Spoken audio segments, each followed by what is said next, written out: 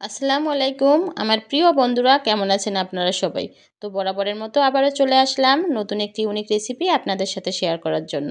তো আজকের রেসিপি হচ্ছে আমার সুজির হালুয়া। এটা আমি কতটা পারফেক্টভাবে তৈরি করি, তো সেটাই আজকে আমি আপনাদের সাথে শেয়ার করব, এবং প্রথম থেকে শেষ পর্যন্ত আমার সাথে থাকার অনুরোধ রইল। আর প্লিজ প্লিজ বন্ধুরা, লাইক দিয়ে আমার ভিডিওটি দেখবেন। এটা আমার একান্তই আপনাদের কাছে অনুরোধ। যেহেতু আপনাদের একটি লাইক আমার কাছে অনেক, অনেক বেশি প্রয়োজন, এবং এই লাইকটি আমাকে অনেক দূর এগিয়ে নিয়ে যেতে পারে। তো এখানে আমি প্রথমে প্যান বসিয়ে ১ চামচ পরিমাণ ঘি দিয়ে দিলাম।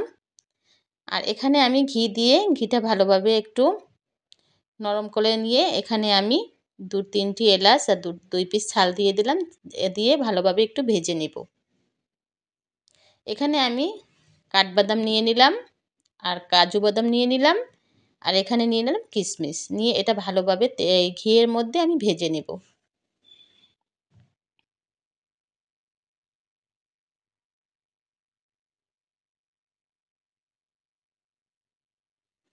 দেখেন ভালোভাবে আমি ভেজে নিচ্ছি বন্ধুরা। ভালোভাবে আমি একদম ভেজে নেব। এটা ভেজে নেওয়ার যেহেতু নিচ থেকে পুড়ে না যায়, এজন্য ভালোভাবে খেয়াল রেখে আমার ঘিয়ের উপর ভালোভাবে ভেজে নিতে হবে। যেহেতু এই বাদামগুলো কিন্তু আমি হালুয়ার মধ্যে ব্যবহার করব, এবং এই বাদামগুলোর জন্য অনেক বেশি স্বাদ হবে আমার সুজির হালুয়াটা। তো ভাজা হয়ে গেল, আমি ঘিয়ের মধ্যে বাদামগুলো ভেজে নিলাম, কিশমিশগুলো। এখন আমি নতুন করে আবারও ঘি দিয়ে দিলাম বন্ধুরা। ঘিটা ভালোভাবে একটু নরম করে নিব। দেখেন ভালোভাবে নরম করে নিলাম, গলিয়ে নিলাম। এখন এখানে আমি ১ কাপ পরিমাণ সুজি দিয়ে দিলাম। যেহেতু সুজির হালুয়া বানাচ্ছি, ঘি দিয়ে ভালোভাবে এটা ভেজে নেব। আর সুজিটা একটু ভালোভাবে ভেজে নিয়ে নিতে হবে দানাদার আকারে, যেন দানা দানা থাকে। আর এই দানাটা থাকলে কিন্তু সুজির হালুয়া খেতে অনেক বেশি মজা হয়। তো আমি ভালোভাবে ১০ মিনিট ধরে সুজিটা ভালোভাবে স্লো আঁচে ভেজে নিচ্ছি বন্ধুরা। আর জালটা বন্ধ করে দিয়ে আমি একটা হ্যান্ড উইচ দিয়ে ভালোভাবে নাড়াচ্ছি, আর গরম গরম পানি দিয়ে দিচ্ছি। এই পানিগুলো একবারে কিন্তু দিতে হবে, এটা বারবার করে দেওয়া যাবে না, তাহলে কিন্তু জমাট বেঁধে যেতে পারে। প্লিজ প্লিজ বন্ধুরা, অবশ্যই অবশ্যই আপনারা সাবধানে সুজির হালুয়াটা তৈরি করবেন, তা না হলে কিন্তু নিচে একদম দলা পেকে যাবে। দেখেন আমি কিন্তু একটা হ্যান্ড উইচ দিয়ে ভালোভাবে এটা মানে নাড়িয়ে চাড়িয়ে নিচ্ছি। হ্যান্ড উইক্স না দিলে কিন্তু নিচ থেকে হয়তো দলা পেকে যেতে পারে। যারা যারা নতুন আছেন, নতুন নতুন রাঁধুনি, তাদের কাছে কিন্তু হ্যান্ড উইক্সটা এই সুজির হালুয়ায় অনেক বেশি প্রয়োজন, তা না হলে কিন্তু এটা দলা পেকে যেতে পারে। দেখেন আমারটা কিন্তু দলা পেকে যায়নি। এখন আমি এখানে স্বাদ মতো লবণ দিয়ে দিলাম, আর একটা স্প্যাচুলার সাহায্যে আমি এটা ভালোভাবে নাড়িয়ে চাড়িয়ে নিচ্ছি। দেখেন আমার দেখেন অনেক বেশি ঘন হয়ে আসছে। এখন এখানে কিন্তু আমি ১ কাপ পরিমাণ সুজির সাথে ১ কাপ পরিমাণ আমি চিনি দিয়ে দিলাম। আপনি আপনার স্বাদ মতো চিনি দিয়ে দিবেন বন্ধুরা। আমি আমার স্বাদ মতো পরিমাণ মতো আমি চিনি দিয়ে দিলাম। চিনি দিয়ে ভালোভাবে নাড়িয়ে চাড়িয়ে নিচ্ছি বন্ধুরা। দেখেন ভালোভাবে নাড়িয়ে চাড়িয়ে নিচ্ছি। এখন এখানে আমি কনডেন্স মিল্ক দিয়ে দিলাম এখানে 1/2 কাপ পরিমাণ। সবাই এখানে দুধ ব্যবহার করে অবশ্য, কিন্তু এখানে আমি কনডেন্স মিল্ক ব্যবহার করলাম। কনডেন্স মিল্ক ভালোভাবে দিয়ে নাড়িয়ে চাড়িয়ে নিচ্ছি বন্ধুরা। আর এখানে দিয়ে দিলাম আমি এলাচ গুঁড়ো। এলাচ গুঁড়ো দিয়ে কনডেন্স মিল্ক আর আমি সুজিটা ভালোভাবে নাড়িয়ে চাড়িয়ে নিচ্ছি। যেহেতু কনডেন্স মিল্কে চিনি আছে, এজন্য আমি চিনির পরিমাণটা এখানে 1 কাপ পরিমাণ দিয়েছি। আর কনডেন্স মিল্ক দিলে কিন্তু স্বাদ আরও বেশি বাড়ায়। ভালোভাবে নাড়িয়ে চাড়িয়ে নিচ্ছি বন্ধুরা।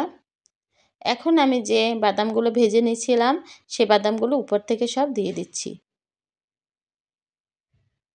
বাদামগুলো দিয়ে ভালোভাবে নাড়িয়ে চাড়িয়ে নিচ্ছি। আর সুজির হালুয়ায় বাদামের পরিমাণটা বেশি দিলে কিন্তু মুখে প্রত্যেকটা খাওয়ার সময় মুখে যখন দাঁতে পড়ে বাদামগুলো, তখন কিন্তু অনেক বেশি মজা লাগে। ভালোভাবে নাড়িয়ে চাড়িয়ে নিচ্ছি। আর আমি উঠানোর আগে এখানে আমি ১ কাপ পরিমাণ ঘি ভালোভাবে উপর থেকে দিয়ে দিচ্ছি।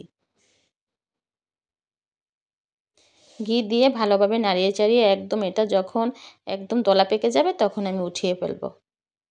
দেখেন আস্তে আস্তে করে নাড়িয়ে চাড়িয়ে যখন দেখেন এটা কিন্তু বেশ একদম দলা পেকে গেছে। এখন এটা দলা পেকে গেছে, উঠিয়ে ফেলবো আমি নাড়িয়ে নাড়িয়ে চাড়িয়ে। কতটা সুন্দর হয়েছে দেখেন। একদম ঘন হয়ে গেছে, একদম দেখেন স্প্যাচুলার সাথে লাগে না, একদম পড়ে যাচ্ছে স্প্যাচুলা দিয়ে, দেখেন কতটা একদম ঘন হয়ে গেছে। এখন আমি এটা উঠিয়ে নেব। এখন হওয়ার উপযুক্ত হয়েছে, এরকম হলেই বুঝতে পারবেন যে আমার পারফেক্টলি হালুয়া তৈরি হয়ে গেছে।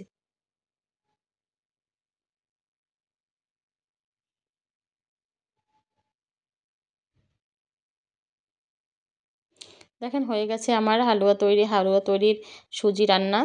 এভাবে করে এখন উঠিয়ে আমি একটা প্লেটে সুন্দর করে নামিয়ে আপনাদের সাথে শেয়ার করব। প্রিয় বন্ধুরা, হয়ে গেল আমার। এভাবেও খাওয়া যাবে, রুটি খান, রুটি দিয়ে খেতে পারেন এভাবে। আর যারা সুন্দরভাবে কেটে নেয়, তো এভাবে প্লেটে আমি সুন্দরভাবে রেখে যে বরফি আকারে কেটে নেওয়া যেতে পারে।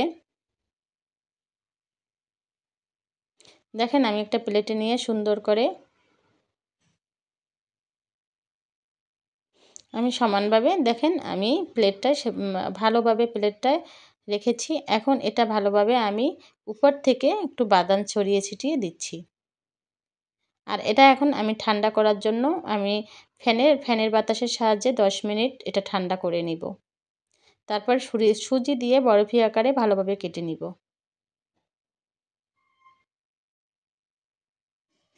দেখেন ছুরির সাহায্যে আমি কীরকম কেটে নিচ্ছি বন্ধুরা। তো এভাবে বরফি আকারে সুন্দর করে কেটে আমি সুন্দর করে আমি এভাবে কেটে নিব।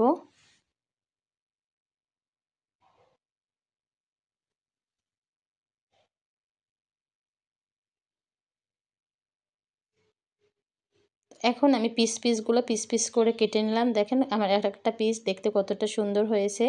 আমি এরকম পিস করে সবগুলো কেটে নিলাম। তো এখন পিসগুলো আমার কতটা সুন্দর দেখাচ্ছে দেখেন। আমি এভাবে কেটে নিয়ে আমি সবাইকে এটা প্লেটে আমি সবাইকে সার্ভ করেছি।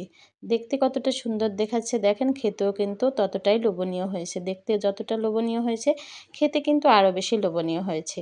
তো এভাবে যদি আপনারা সুজির হালুয়া তৈরি করেন, তো বাচ্চারা কিন্তু অনেক মজা করে খাবে।